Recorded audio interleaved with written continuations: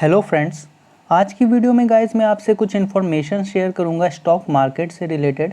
तो जानने के लिए वीडियो को पूरा देखते रहिएगा और वीडियो पसंद आए तो वीडियो पे लाइक भी कीजिएगा और कमेंट भी कीजिएगा कि आपको क्या पार्ट अच्छा लगा और आगे आप किस टॉपिक पे वीडियो देखना चाहते हैं। तो आइए गाइस हम बढ़ते हैं अपनी पहली स्लाइड पे, जिसमें सबसे पहले हमें ये पता होना चाहिए कि स्टॉक मार्केट होता क्या है। तो देखिए गाइस, स्टॉक मार्केट एक ऐसा प्लेस है, ऐसा मार्केट है जहाँ पे कंपनीज़ के स्टॉक्स बाय एंड सेल किए जाते हैं। देखिए गाइस, हम अपनी डे टू डे की ज़रूरत के सामान खरीदने के लिए नॉर्मल मार्केट में जाते हैं जहाँ हर चीज़ टाइप के सामान मिलते हैं, लेकिन जब कंपनीज़ के स्टॉक की बात आती है तो उसके लिए वो आपको ऐसे कोई भी रेगुलर मार्केट में नहीं आप खरीद सकते हो या बाय कर सकते हो। उसके लिए एक स्पेशल मार्केट है और उस मार्केट का नाम जो है वही है स्टॉक मार्केट।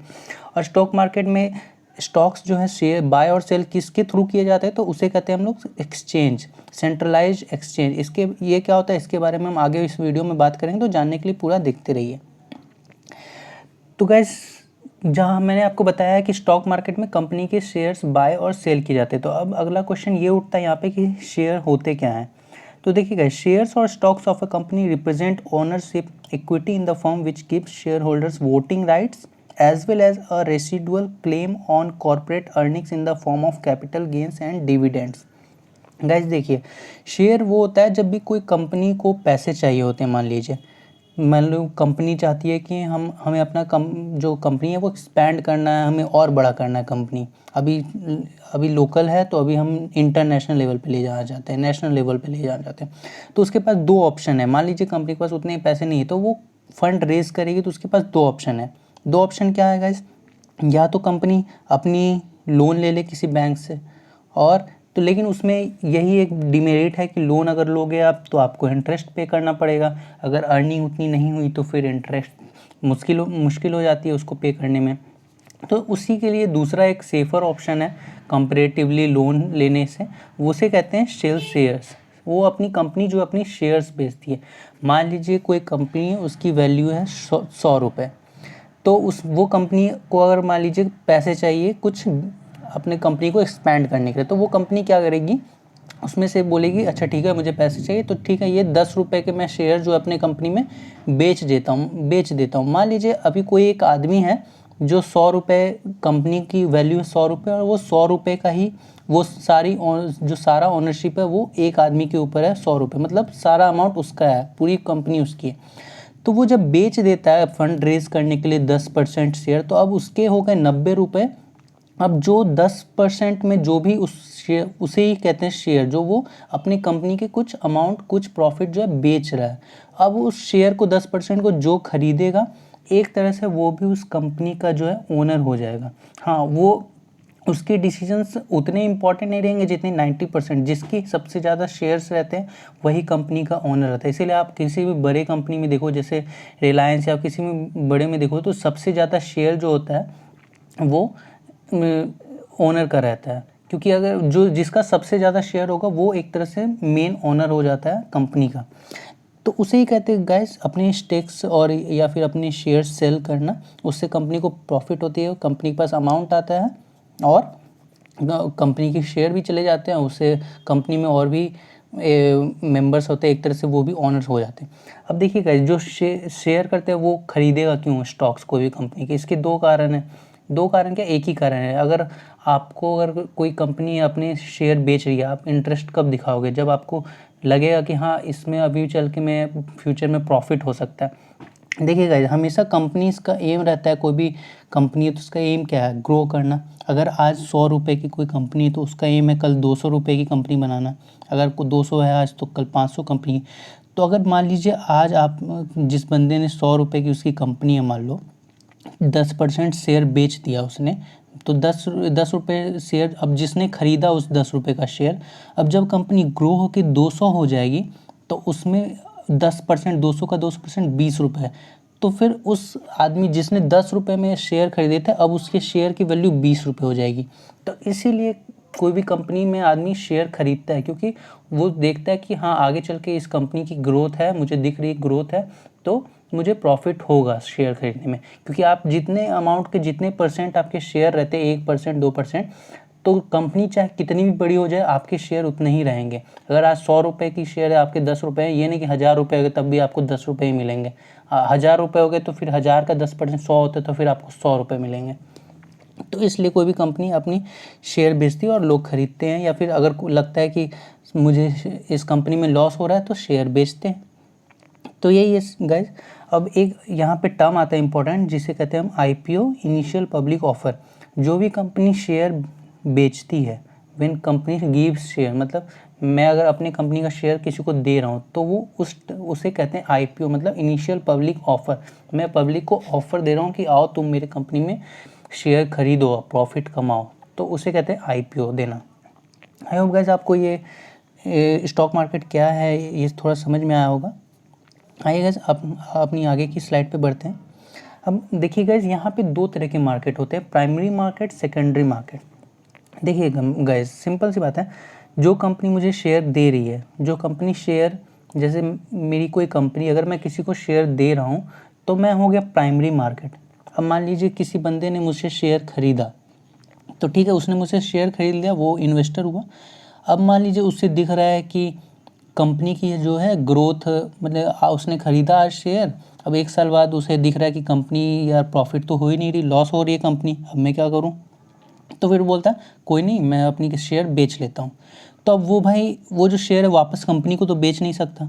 कंपनी तो भाई प्रॉफिट चाहती है ना, पैसे चाहती है। वो कंपनी को ये थोड़ी बोलेगा कि हाँ 10 रुपये के, अगर मान लीजिए 100 रुपये के टाइम में उसने कंपनी खरीदी थी, आज कंपनी की वैल्यू अगर 50 रुपये हो गई, तो कंपनी क्यों खरीदेगी उससे शेयर? क्योंकि भाई कंपनी का तो लॉस है ना इसमें। तो इसीलिए बनाया गया है सेकेंडरी मार्केट, और उसे ही हम कहते हैं स्टॉक मार्केट।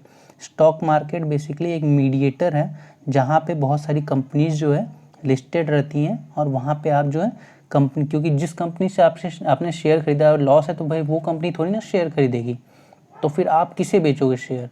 तो वो शेयर बेचने के लिए एक अलग मार्केट बनाया गया है जिसका नाम है स्टॉक मार्केट। और वहीं पे स्टॉक मार्केट में मैंने आपको थोड़ी देर पहले बताया था कैसे शेयर बिकते हैं, सेंट्रलाइज्ड एक्सचेंज के थ्रू। तो वो एक्सचेंज क्या होते हैं? In stock market there are stock exchanges where several companies are listed to buying and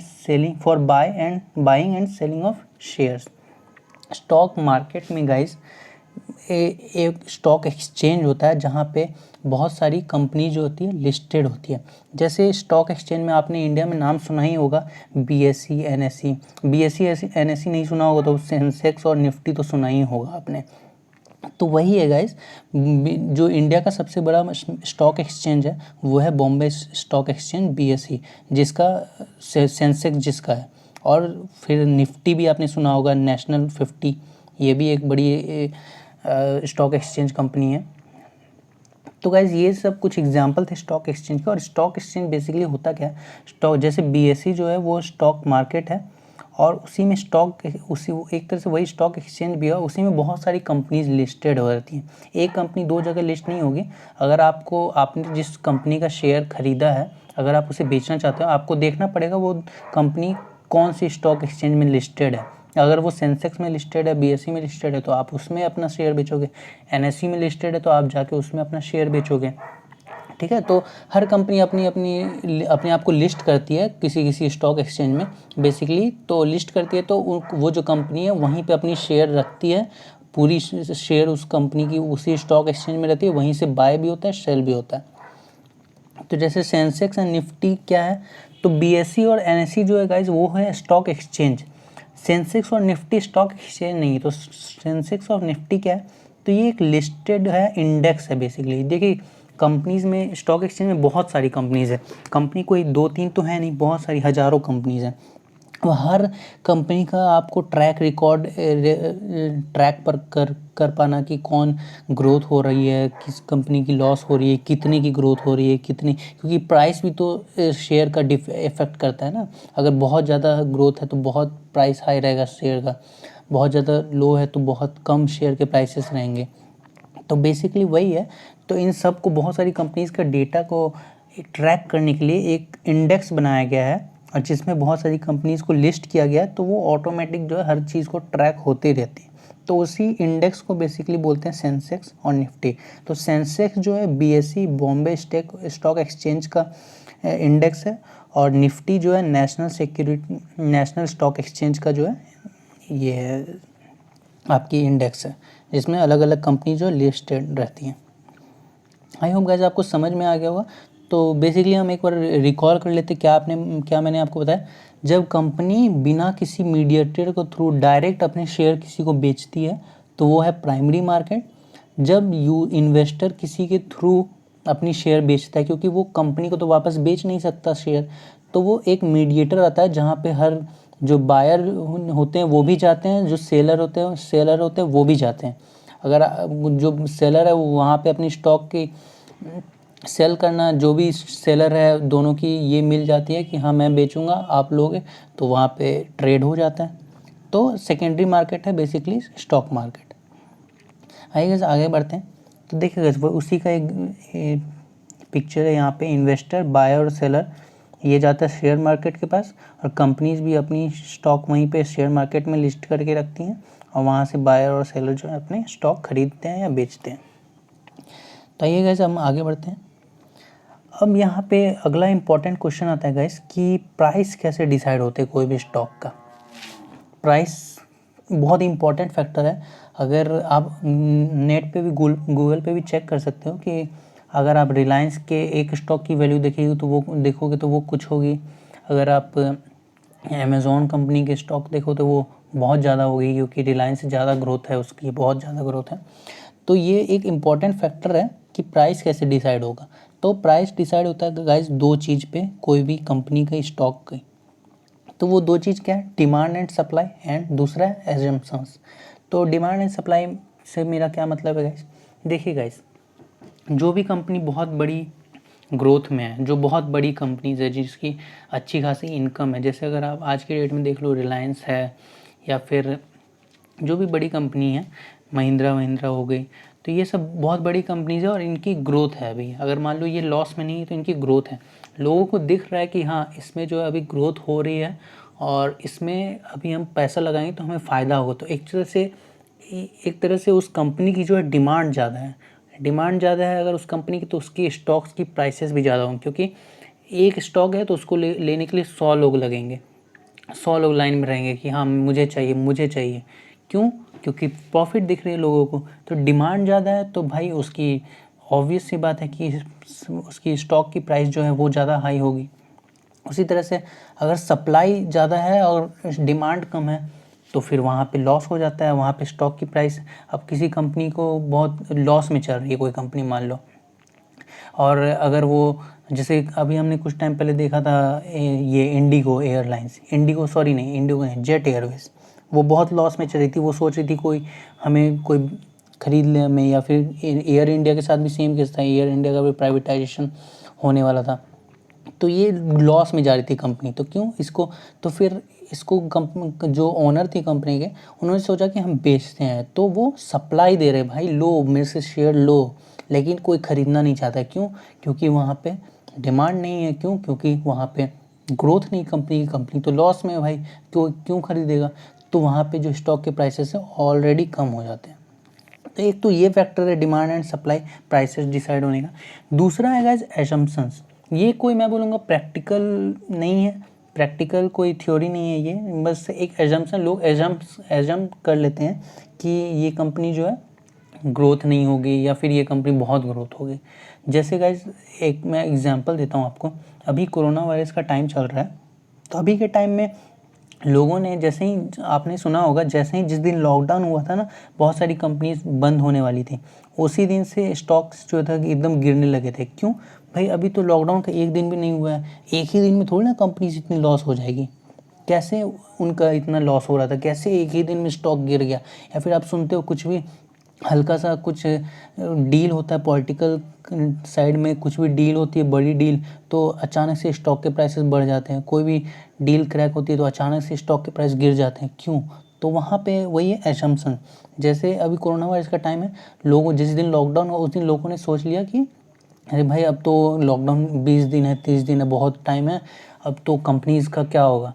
तो अचानक से लोगों ने अपने शेयर बेचने शुरू कर दिए, लो शेयर लो, हमें नहीं चाहिए। लोगों ने खरीदना छोड़ दिया, शेयर बेच रहे हैं स्टॉक मार्केट में जाके, जो खरीद रहा है। तो इससे क्या हो गया, वहाँ पे ऑलरेडी कंपनी की स्टॉक कम हो गई, क्योंकि वहाँ पे कोई लेना नहीं चाहते शेयर कंपनी को और लोग बेचना चाहते हैं, तो ऑलरेडी शेयर कम हो जाती है। इसी तरह से अगर कोई अच्छी डील क्रैक हो जाती है, कोई नया टेक्नोलॉजी आता है, कुछ नई इन्वेंशंस आती है, तो उससे लोगों को लगता है अरे इस कंपनी का तो फ्यूचर है। जैसे अभी जियो में जब जियो कंपनी, रिलायंस कंपनी ने जियो लाया था, तो अचानक से सारे लोग जियो खरीदने लगे। जियो के देखते ही देखते 10 मिलियन सब्सक्राइबर्स हो गए थे जियो के। तो फिर लोगों को इतनी प्रॉफिट दिखी तो जियो के एकदम ज़्यादा हाई सेल हो गई, स्टॉक के प्राइसेस बहुत बढ़ गए। तो इसी तरह से होता है, यही दूसरा फैक्टर है गाइस, एजम्पशंस जो है उससे भी प्राइस से मतलब कोई भी चीज़ रियल में नहीं हो रही है, लेकिन लोगों ने एजम्प कर लिया कि ये ऐसा होने वाला है फ्यूचर में, इन फ्यूचर, तो अभी हम शेयर बेच दो या ख़रीद लो, तो इससे भी प्राइसेस जो अफेक्ट होती है गाइस। तो आई होप आपको ये गाइस समझ में आया होगा।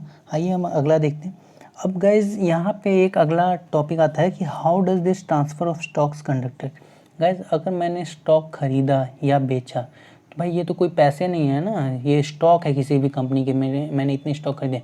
इससे आप ये थोड़ी ना कि बैंक में रख दोगे, ये स्टॉक सेव कहाँ होंगे, आपके पास कितने स्टॉक है, किस किस कंपनी के कितने स्टॉक है, आप कहीं तो रखोगे ना उन स्टॉक्स को। तो उसके लिए कोई नॉर्मल बैंक अकाउंट नहीं लगता है, कोई नॉर्मल बैंक अकाउंट में आप स्टॉक्स नहीं रखते, उसके लिए एक स्पेशल अकाउंट बोला जाता है जिसका नाम होता है डीमैट अकाउंट, जिसे फुल फॉर्म है डीमैटेरियलाइजेशन अकाउंट। बेसिकली ये वो अकाउंट है जिसमें आप, एक तो अकाउंट होता है हमारा बैंक में जिसमें हम पैसे ट्रांसफ़र करते हैं इधर से उधर, और इस अकाउंट में डीमैट अकाउंट में आप जो होते हैं स्टॉक्स ट्रांसफ़र कर सकते हो। अगर आपने बाय सेल किया है तो आप स्टॉक्स ट्रांसफ़र कर दोगे जो आपका, जिसने आपसे बाय किया है। अगर आपने बाय किया है तो जिसने सेल किया है वो आप अपने स्टॉक आपके अकाउंट में ट्रांसफ़र कर देगा। तो ऐसे होते हैं और उसी के हिसाब से आपके अकाउंट में डेबिट क्रेडिट होते हैं। तो आई होप आपको ये गाइस समझ में आया होगा। और अगला टॉपिक देखते हैं गाइस हम, क्या है बुल मार्केट बेयर मार्केट।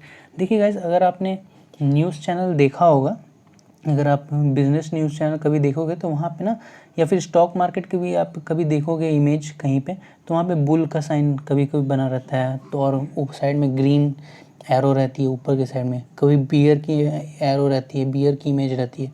वो एक्चुअली है क्या गाइस?